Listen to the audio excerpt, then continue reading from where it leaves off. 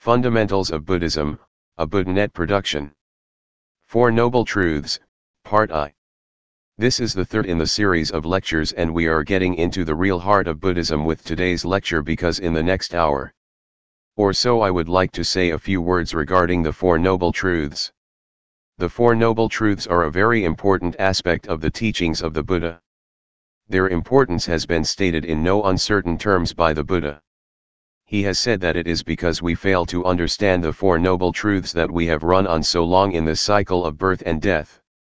This indicates how important the Four Noble Truths are to the understanding of the Buddha's teachings and to the realization of the goal of his teachings. Similarly, it is no coincidence that in the Buddha's first sermon, the Dhammacakkappavattana Sutra to the 5 monks at the Deer Park near Benares, the Buddha spoke primarily about the Four Noble Truths and the middle path. Here we have two very significant indications of the importance of the Four Noble Truths. The Four Noble Truths in a sense are a summary of the Buddha's teachings, both from the point of view of doctrine or theory and also from the point of view of practice.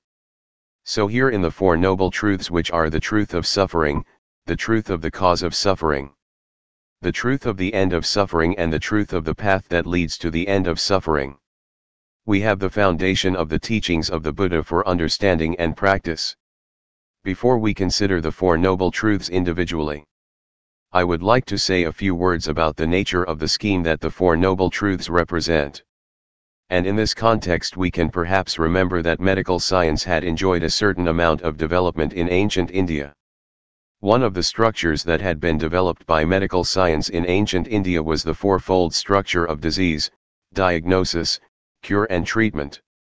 Now if you think carefully about these 4 steps in the practice of medicine, the practice of the art of healing, you will see that they correspond quite closely to the Four Noble Truths. In other words, suffering corresponds to the illness.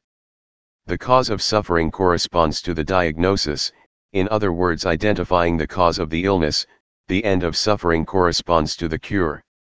And the path to the end of suffering corresponds to the treatment whereby one is cured of the illness. Now, having said this about the therapeutic nature of the Four Noble Truths and the stages that they represent, I would like to say something slightly more conceptual but nonetheless very important for the correct understanding of the Four Noble Truths. When Shariputra, one of the foremost disciples of the Buddha, came upon Ashvahit, who was one of the first 5 monks to whom the Buddha delivered the first sermon, and spoke to Ashvahit about the Buddha's teachings, Ashvahit said, "I cannot tell you in great detail as I am relatively new to the teachings, but I will tell you briefly." So Shariputra said, "Very well, tell me briefly then," and Ashvahit replied with a very brief summary of the Buddha's teachings, which is as follows. Of things that proceed from a cause, their cause the Tathagata has told, and also their cessation. Thus teaches the great ascetic. Shariputra was greatly impressed by this summary, and he went to find his friend Maudgalyayana, and the two of them soon joined the order and became prominent disciples of the Buddha. This summary of the Buddha's teachings tells us something about the central concept that lies behind the Four Noble Truths. It indicates the importance of the relationship between cause and effect. The idea of cause and effect is at the heart of the Buddha's teachings and is at the heart of the Four Noble Truths. Now, in what sense? Specifically, there is a starting point, the problem of suffering. This problem arises from causes. Finally, just as there is suffering and the causes of suffering, so too there is an end of suffering and a cause for the end of suffering. In this case it is a negative process. In other words, when the causes of suffering are removed, then suffering ends. If you look at the Four Noble Truths, you can see that they divide quite naturally into 2 groups. The first 2, suffering and the cause of suffering, belong to the realm of birth and death. Symbolically they can be represented as a circle, in the sense that they are circular. The causes of suffering lead to suffering, suffering produces the causes of suffering which again produce suffering. They are circular. They belong to samsara. The second 2, the end of suffering and the path to the end of suffering, can be symbolized in terms of a spiral. Movement is no longer circular. It is now directed upwards. If we keep this structure, the idea of cause and effect at the back of our mind when we look at the Four Noble Truths, I think we can find them easier to understand. Similarly, if we remember the principle of cause and effect, it will be of great value to us as we continue to study the Buddha's teachings. When we come to consider karma and rebirth, or when we come to consider dependent origination. In short, throughout all the Buddha's teachings we will see that the principle of cause and effect runs like a thread. Let us now look at the first of the Four Noble Truths, the truth of suffering, dukkha. Many non-Buddhists and even some Buddhists have felt disturbed by the choice of suffering as the first of the Four Noble Truths, and many have said that this is an indication of pessimism.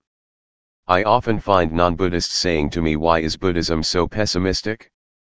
Why does it begin with and emphasize suffering? There are a number of answers to this question.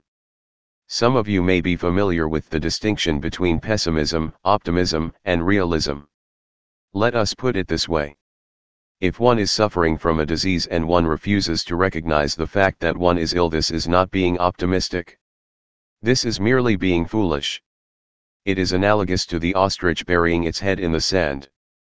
If there is a problem, the only sensible thing to do is to recognize the problem and see what can be done to eliminate it. Secondly, if the Buddha had taught only the truth of suffering and had stopped at that, then there might be some truth in the charge that the teachings of the Buddha are pessimistic. But the teachings of the Buddha do not end with the truth of suffering, because the Buddha taught not only the truth of suffering, but also the truth of its cause, and more importantly in this context, the truth of its cessation. All of us, I am quite sure, if we are honest with ourselves, will admit that there is a fundamental problem with life. Things are not as they should be. Something somewhere is not quite right.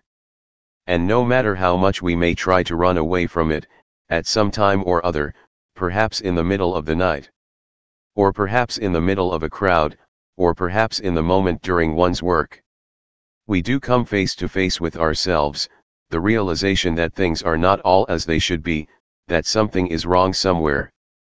This is what in fact impels people to seek solutions. They may seek solutions in more material things, or they may seek solutions in various therapies. In Buddhism, specifically, the truth of suffering can be divided into two categories, broadly speaking, physical and mental. Here the physical sufferings are the sufferings of birth, old age, sickness, and death. You can recall that last week we touched upon the Buddha's encounter with sickness, old age, and death in the form of the three sights: the sick man, old man, and the corpse. Here we find a fourth suffering, the suffering of birth.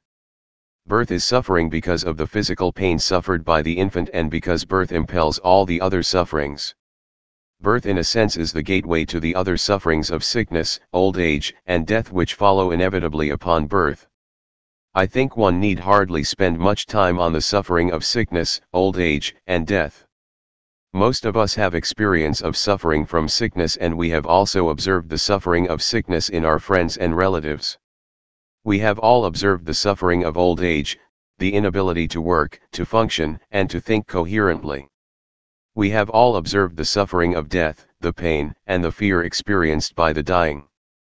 These sufferings are an inevitable part of life.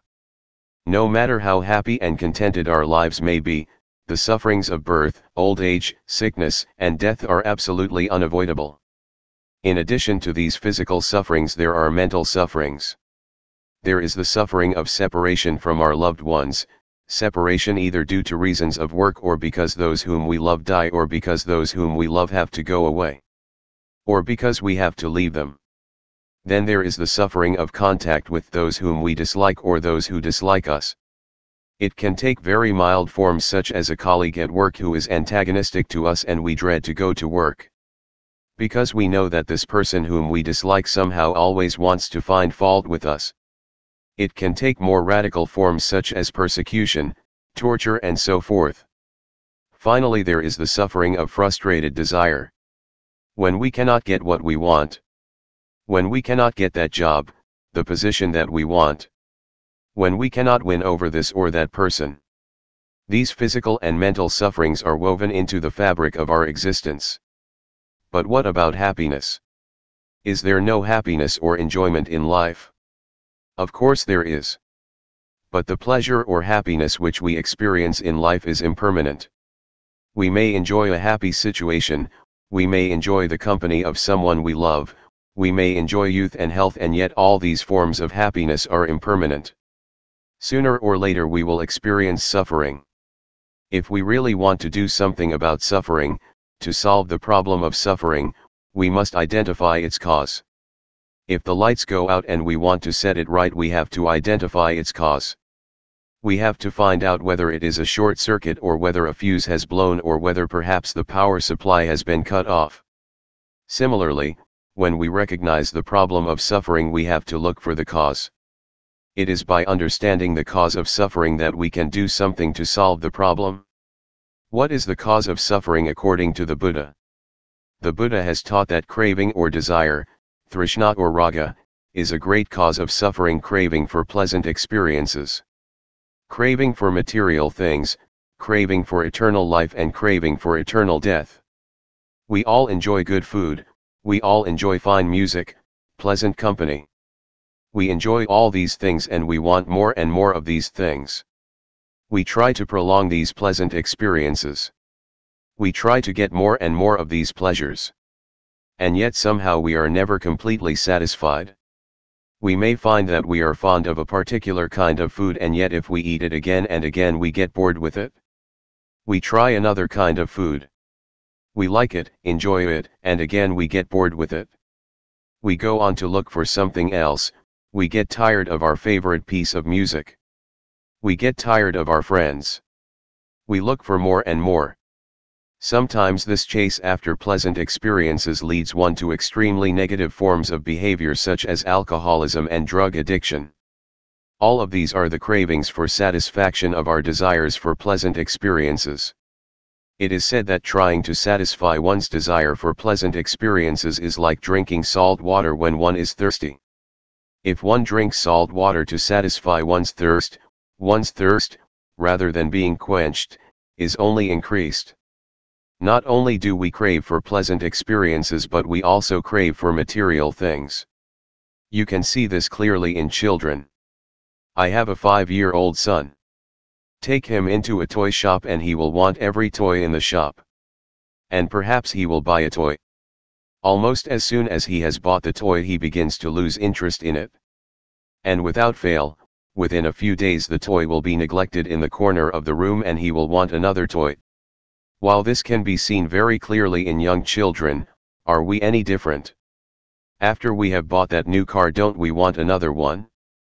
After we have got a new house, don't we think, well, this house is quite nice. But it will be even nicer if I can get a better one with a little garden, or one with 4 rooms, or a point block, or a condominium. And it goes on and on, whether it is a train set or a bicycle or a video recorder or a Mercedes-Benz. It is said that the desire for acquiring wealth or possession is involved with 3 major sufferings, or problems. The first one is the problem of getting it. You have to work, and save enough to buy that car or that house. Secondly, there is the suffering of protecting it. You worry that someone might bang your car, you worry that your house may burn down or be damaged by the rain.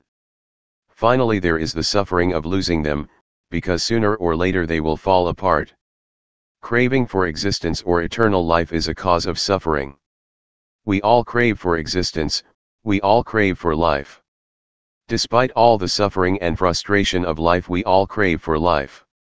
And it is this craving which causes us to be born again and again.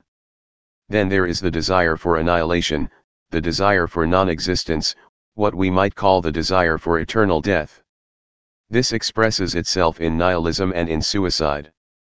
Craving for existence is one extreme. Craving for non-existence is another extreme. You may ask, is craving alone a sufficient cause of suffering? Is craving alone enough to explain suffering? Is the answer as simple as that? The answer is no. There is something that goes deeper than craving. There is something which in a sense is the foundation of craving. And that something is ignorance, avidya. Ignorance is not seeing things as they really are, or failing to understand the reality of experience or the reality of life. All those who are well educated may feel uneasy about being told that they are ignorant. I can recall what Professor Lancaster, who visited Singapore a few months ago, said regarding this. He said this is one of the most difficult things to explain to university students in the United States when they begin a course in Buddhist studies. Because they are all very happy and proud to be in the university. Here you have to tell them that they are ignorant. He says always the hands shoot up immediately. How are we ignorant? In what sense are we ignorant? Let me say this. Without the right conditions, without the right training and without the right instruments, we are unable to see things as they really are. None of us would be aware of radio waves if it were not for the radio receiver. None of us would be aware of bacteria in a drop of water if it were not for microscopes. And none of us would be aware of molecular structure if it were not for the latest techniques of electron microscopy. All these facts about the world in which we live in are known and observed only because of special training, special conditions, and special instruments.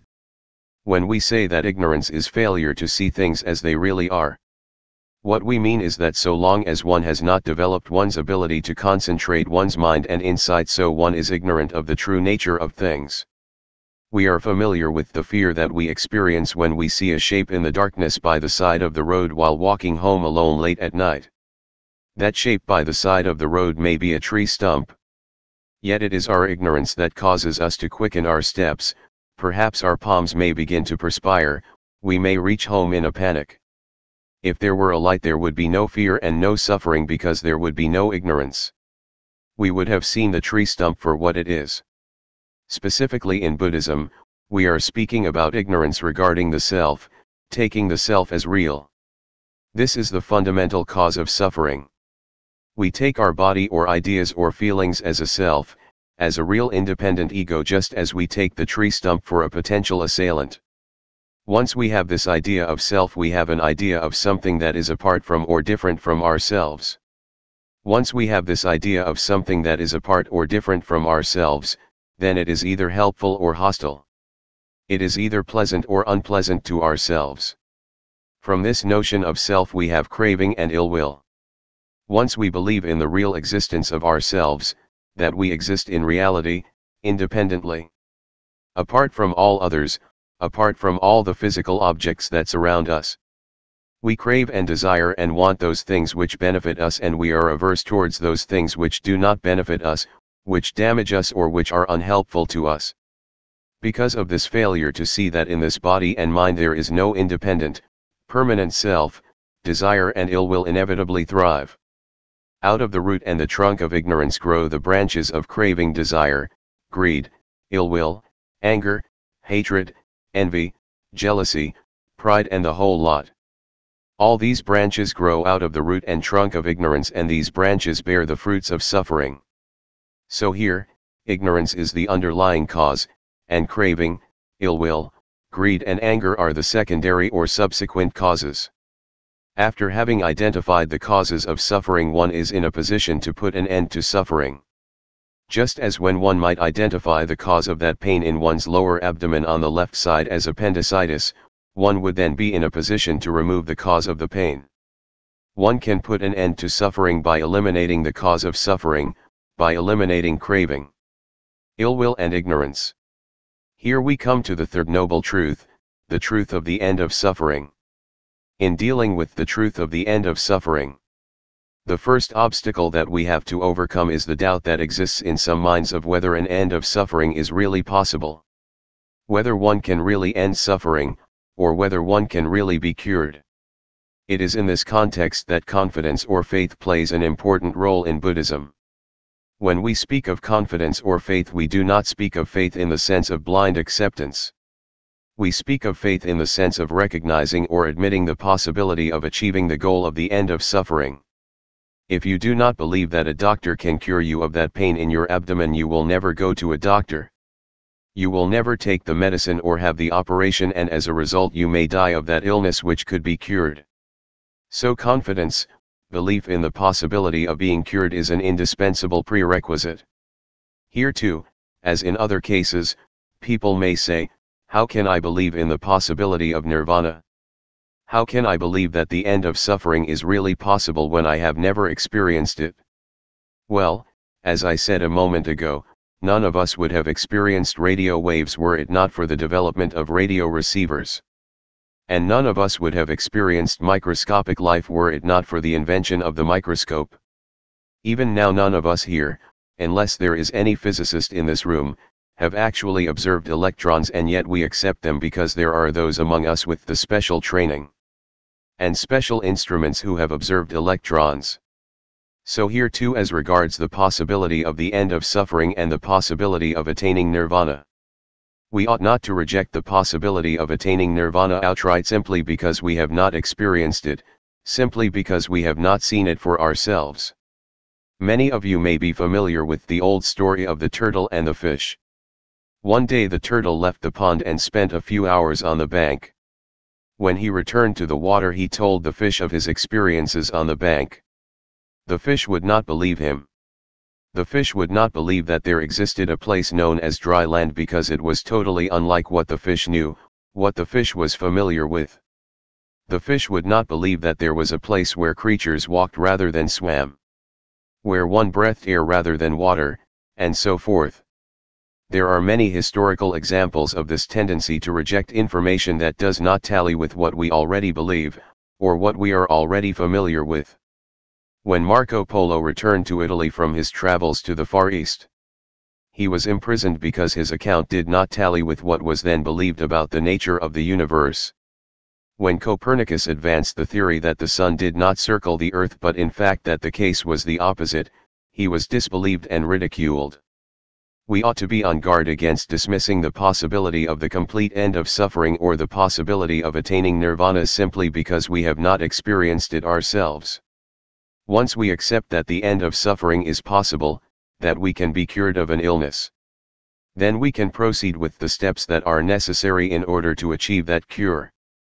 But unless and until we believe that that cure is possible, there is no question of successfully completing the treatment.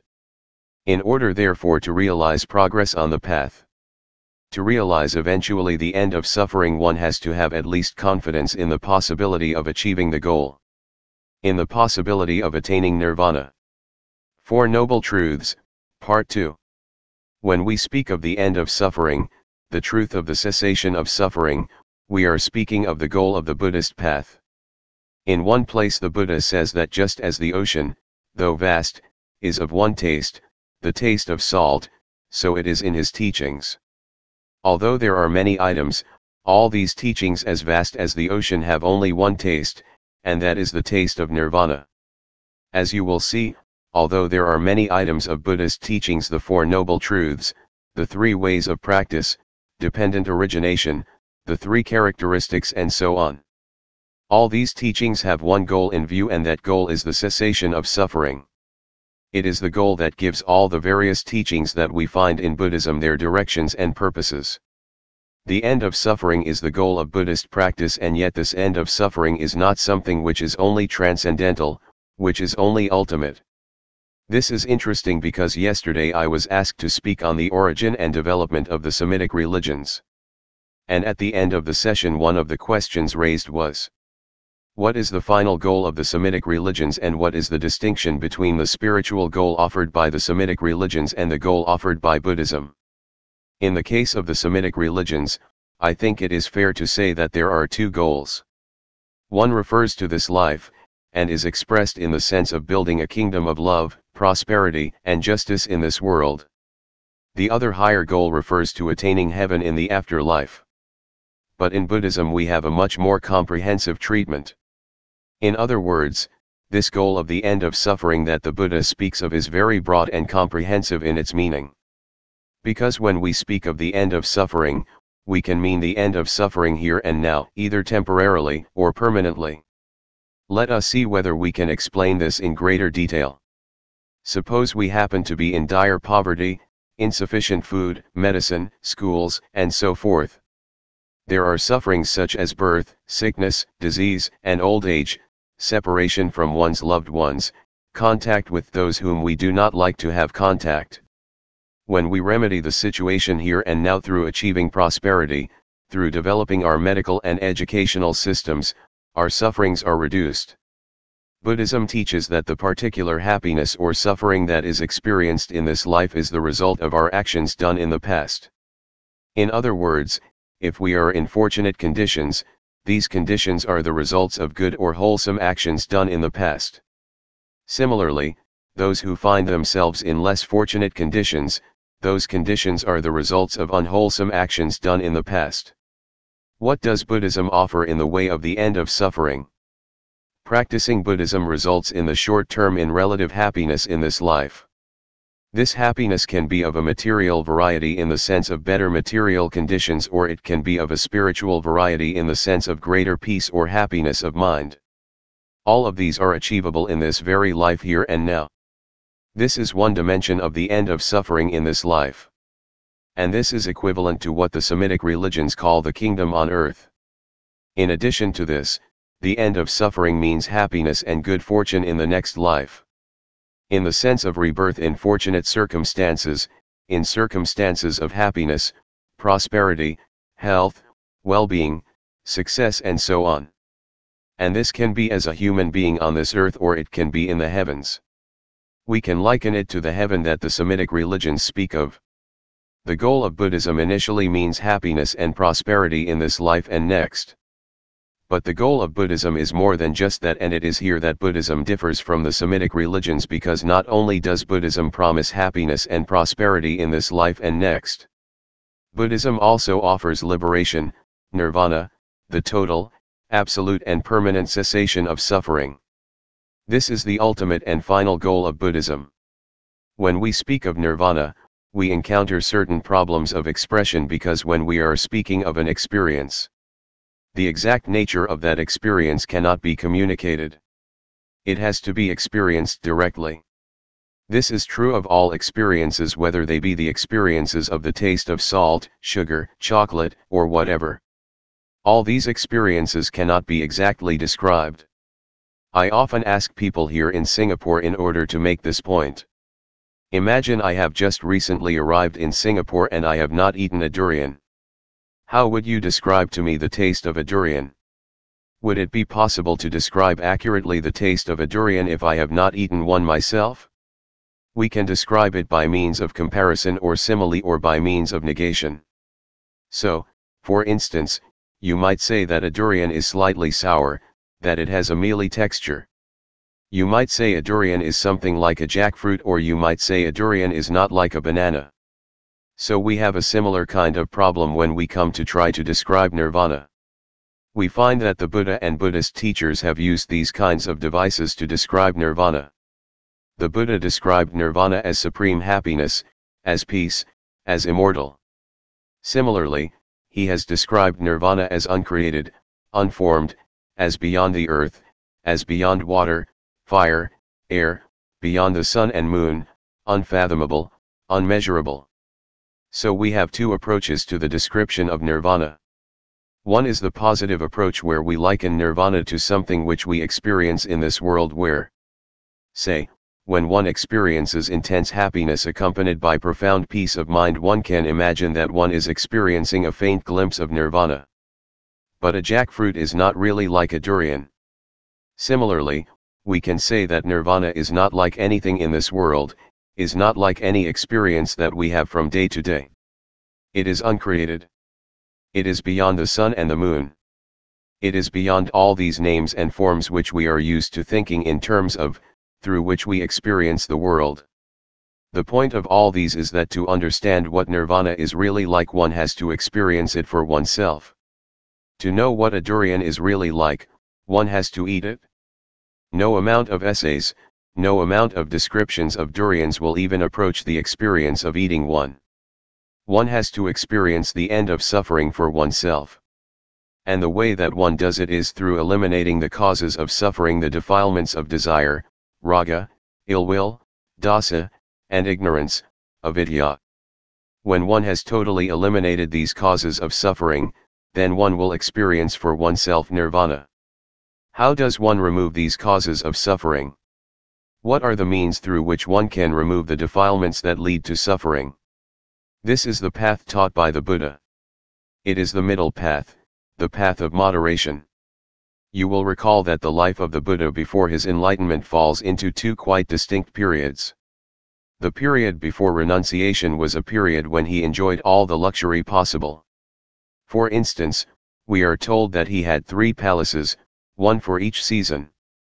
He experienced luxury to an extent which we can scarcely imagine.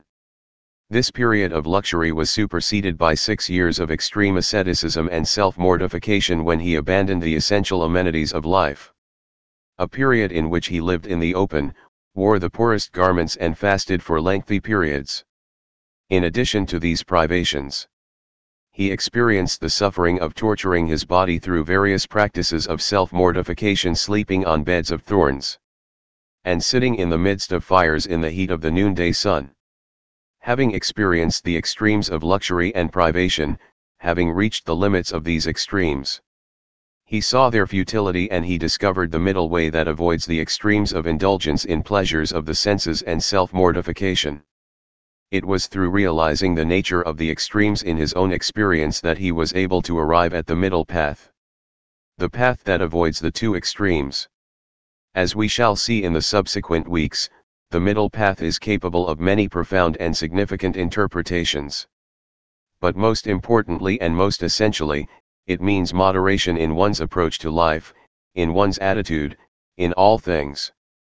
We use the example of the 3 strings of the lute to illustrate the middle path. The Buddha once had a disciple by the name of Sana who practiced meditation so intensely that he could not progress in his meditation. He began to think of abandoning his life as a monk. The Buddha, who understood his problem, said to him, "Sana, before you became a monk you were a musician." Sana said that was true. So the Buddha said, "As a musician, which string of the lute produces a pleasant and harmonious sound? The overtight string." "No," said Sana, "the overtight string produces an unpleasant sound and is moreover likely to break at any moment." "The string that is too loose." Again, "No, the string that is too loose does not produce a tuneful sound. The string that produces a tuneful sound is the string that is not too tight and not too loose." So here the life of luxury is too loose, without discipline. The life of mortification is too tight, too tense, too likely to cause the breakdown of the mind and body, just as the overtight string is likely to break at any moment. Specifically, the path to the Buddhist goal is like a medical prescription. When a competent doctor treats a patient for a serious illness, his prescription is not only physical, it is also psychological. If one is suffering, for instance, from heart disease, one is not only given medication.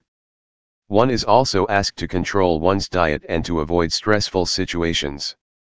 Here too, when we look at the specific instructions with regard to following the path to the end of suffering, we can see that the instructions refer not only to one's body, actions and words but also to one's thoughts. In other words, the Noble Eightfold Path, the path to the end of suffering, is a comprehensive path, an integrated therapy. It is designed to cure the disease through eliminating the causes, through treatment that applies not only to the body but also to the mind. Right understanding is the first step of the Noble Eightfold Path, and it is followed by right thought, right speech, right action, right livelihood, right effort, right mindfulness, and right concentration. Why do we begin with right understanding? It is because in order to climb a mountain we have to have the summit clearly in view. In this sense, the first step depends on the last.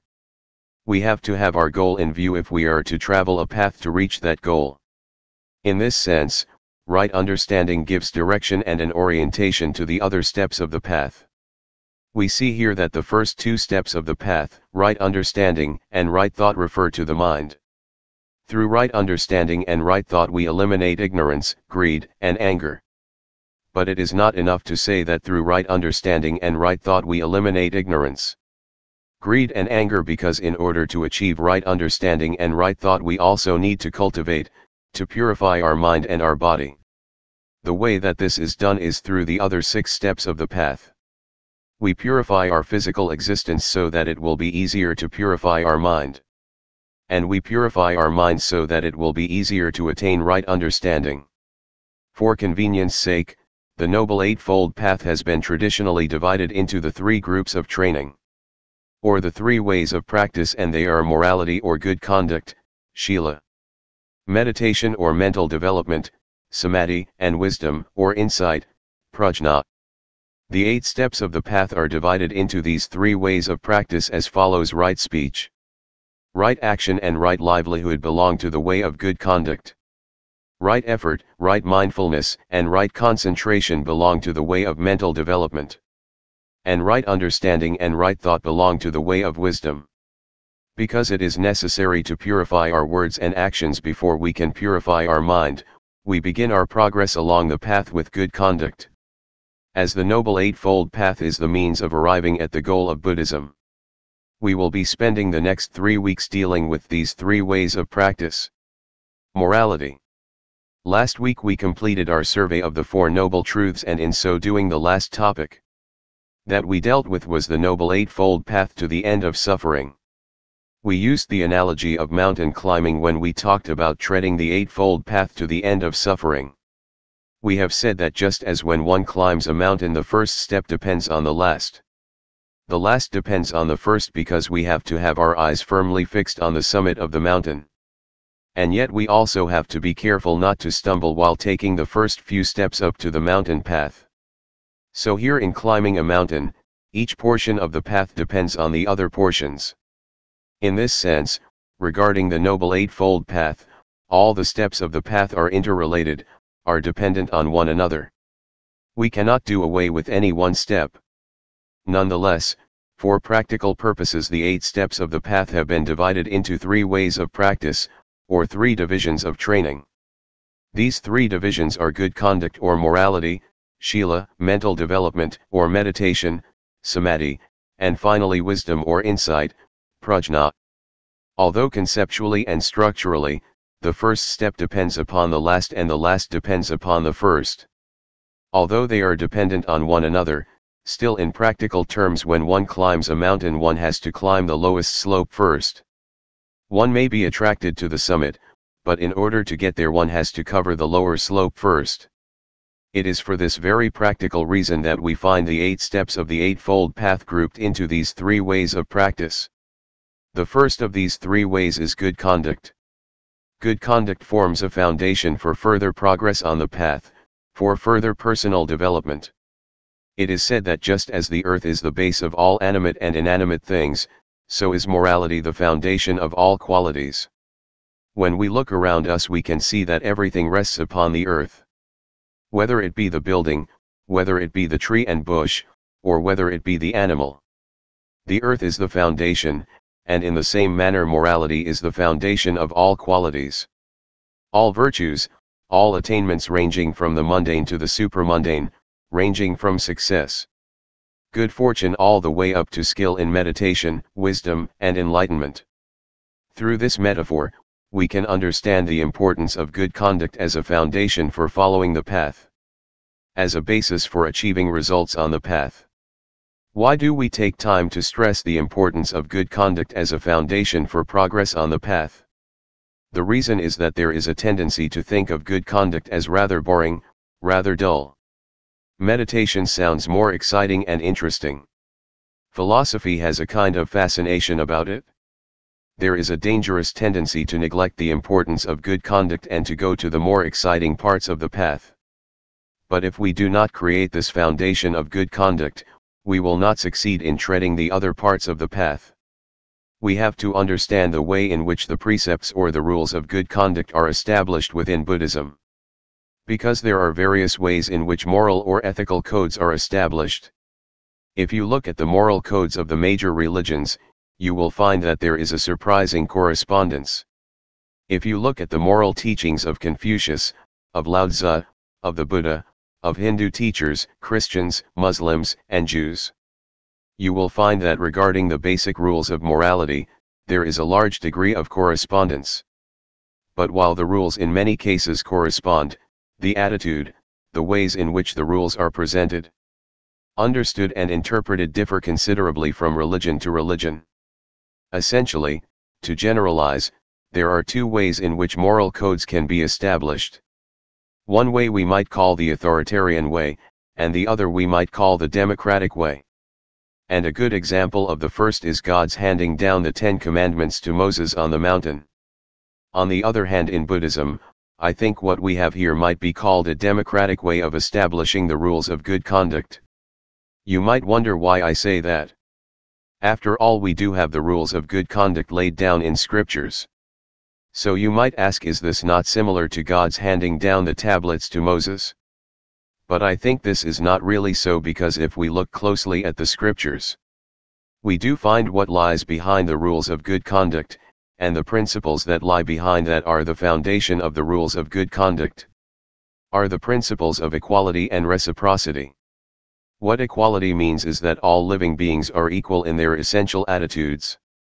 In other words, all living beings want to be happy. They fear pain, death, and suffering. All want to live, to enjoy happiness and security. And this is also true to all living beings, just as it is true to ourselves.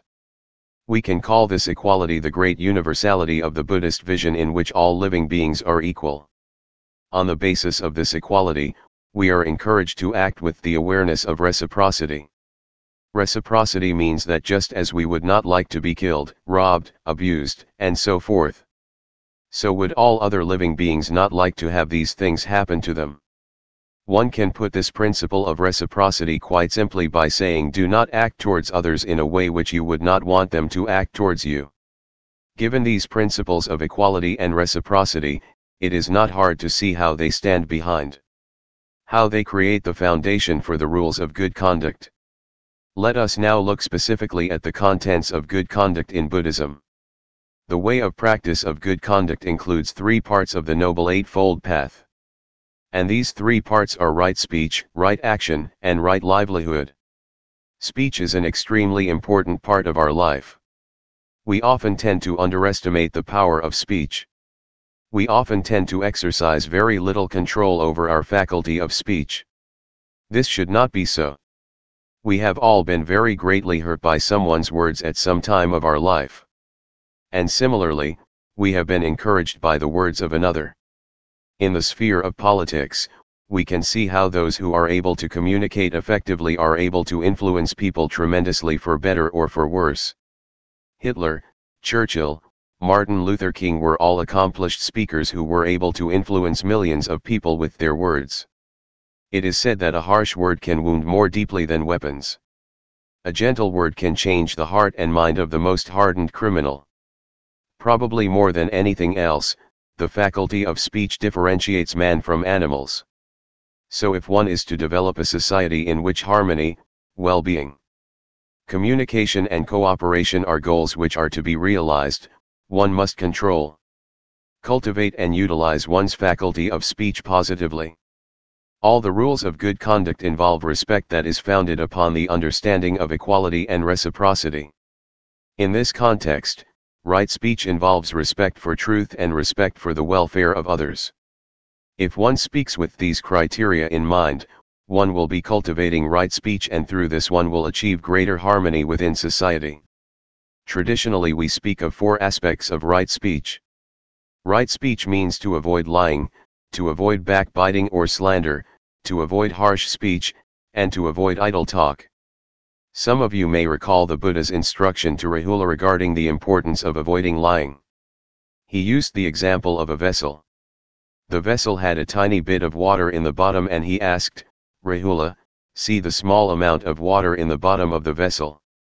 Those who are not ashamed of lying, their virtue is small, their renunciation is small, like the small amount of water in the vessel. Then the Buddha threw away the water and said, those who are not ashamed of lying throw away their virtue just as this water is thrown away. Then the Buddha showed Rahula the empty vessel and said, just so empty is the virtue, the renunciation of those who habitually tell lies. Thus he used the vessel as a means to illustrate the point that lying is intimately associated with one's practice of wholesome actions, with one's good conduct, with one's character. Once we are confident that we can act in one way and speak in another, then we will not be afraid to act badly. Because we will be confident that we can cover up our bad actions by lying. Lying therefore opens the door to all kinds of unwholesome actions. Slander is divisive. It creates quarrels between friends. It creates pain and discord. So just as one would not want to be divided from one's friend by slander, so ought one not to slander another. So also one ought not to abuse others with harsh words, but on the contrary should speak courteously to others as one would like to be spoken to oneself. Regarding idle talk, often you hear of people saying that we cannot even indulge in a bit of idle talk. It is not quite that bad. Here the kind of idle talk that is particularly indicated refers to malicious gossips, diverting oneself, entertaining oneself, recounting the faults and failings of others. Rather than use this faculty of speech which is so powerful for deception, for dividing others, for abusing others, for idling away time at the expense of others. Why not use it constructively, to communicate meaningfully, to unite others, to encourage understanding between neighbors and friends, and to communicate helpful, meaningful advice? The Buddha once said, "Pleasant speech is as sweet as honey, truthful speech is as beautiful as a flower, and wrong speech is unwholesome and filthy." So let us try for our own good and that of others to cultivate right speech, respect for truth, and respect for the welfare of others. The next part of the path that falls under good conduct is right action. Right action entails respect for life, respect for property, and respect for personal relationships. We will recall what was said a moment ago about life being dear to all. It is said in the Dharmapada that all tremble at punishment, all fear death, and that all living beings love life. So again, keeping in mind the principles of equality and reciprocity, we ought not to kill living beings. One might be ready to accept this in regard to human beings, but we might demur with regard to other living creatures. Some of the developments that we have seen taking place in the world of science and technology in recent years ought to give the most skeptical freethinker food for thought. When one destroys a certain strain of insects, is one absolutely sure of accomplishing the greatest good, the long-term good of the environment? Or do we more often than not contribute unwittingly to an imbalance which creates even greater problems in the future? Respect for property, not to steal from or cheat others. This is important because those who take what is not given by stealth, by treachery, are as guilty of breaking this precept as those who steal by force. In other words, the employer who does not pay his employee an honest wage that is commensurate with his work is guilty of taking what is not given. Similarly, the employee who collects a salary and shirks his duties is guilty of lack of respect for property. Finally, respect for personal relationships means to avoid adultery, to avoid sexual misconduct. You can see how, if these guidelines are sincerely cultivated within a society, such a society will be a better place to live in. The third step of the Noble Eightfold Path included in the way of good conduct is right livelihood. Right livelihood is an extension of the rules of right action to one's role as a breadwinner in a society. We have seen that with regard to right speech and right action, the underlying principles behind the rules are respect for truth, life, property, and personal relationships.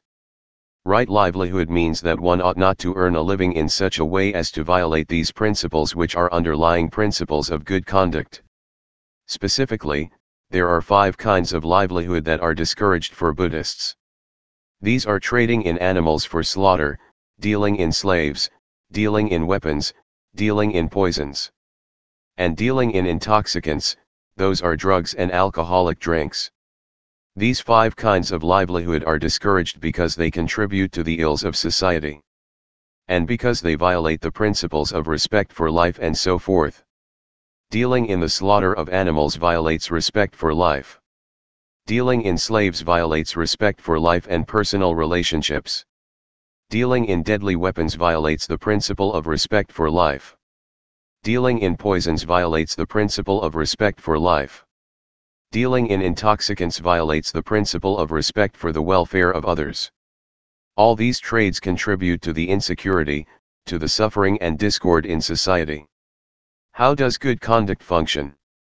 We have said that, in regard to society, Following the rules of good conduct creates a society characterized by harmony and peace. All social goals can be achieved through the principles and rules of good conduct based upon the fundamental recognition of equality and reciprocity. In addition, the individual also benefits through the practice of good conduct.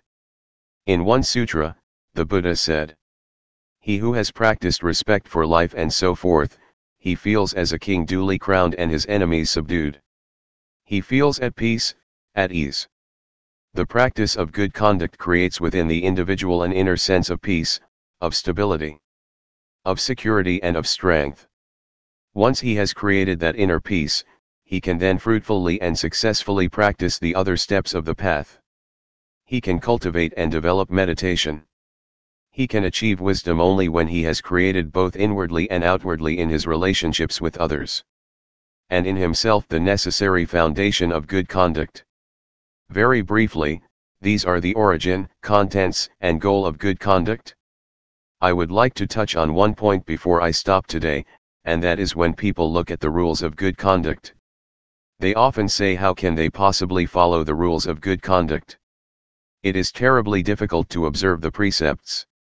For instance, even the precept against taking life can sometimes seem awfully difficult to follow. When you clean up your kitchen, you quite likely may kill some ants. Again, it may seem difficult to always observe the precept of right speech. How are we to deal with this problem, which is a genuine one? It is not the point whether we can observe all the rules of good conduct all the time. The point is, if the rules of good conduct are well founded. If we can accept that equality and reciprocity are principles we believe in. If we acknowledge that the rules are appropriate to implementing those principles, then it is our duty to practice, to follow the rules of good conduct as much as we can. That is not to say that we will be able to follow the rules absolutely all the time. But it is to say that if we accept that in order to live at peace with ourselves and others, we ought to respect the life of other living beings, respect their property and so forth. And if a situation arises in which we find ourselves unable to apply a particular rule in a particular situation, then that is not the fault of the rule. That simply is the gap between our own practice and the ideal. When a navigator steers his ship across the ocean by the stars, he is not able to follow precisely the course indicated by the stars. Yet the stars are his guide, and by following the stars, however inaccurately or approximately, he reaches his destination. In the same way, when we follow the rules of good conduct, we do not pretend that we can observe them all the time. This is why, for instance, the 5 precepts are called the training precepts, and that is why we take them again and again. What we have in the rules of good conduct is a framework through which we can try to live in accord with the fundamental principles that illuminate the Buddhist teachings, the principle of the equality of all living beings and the principle of respect for others.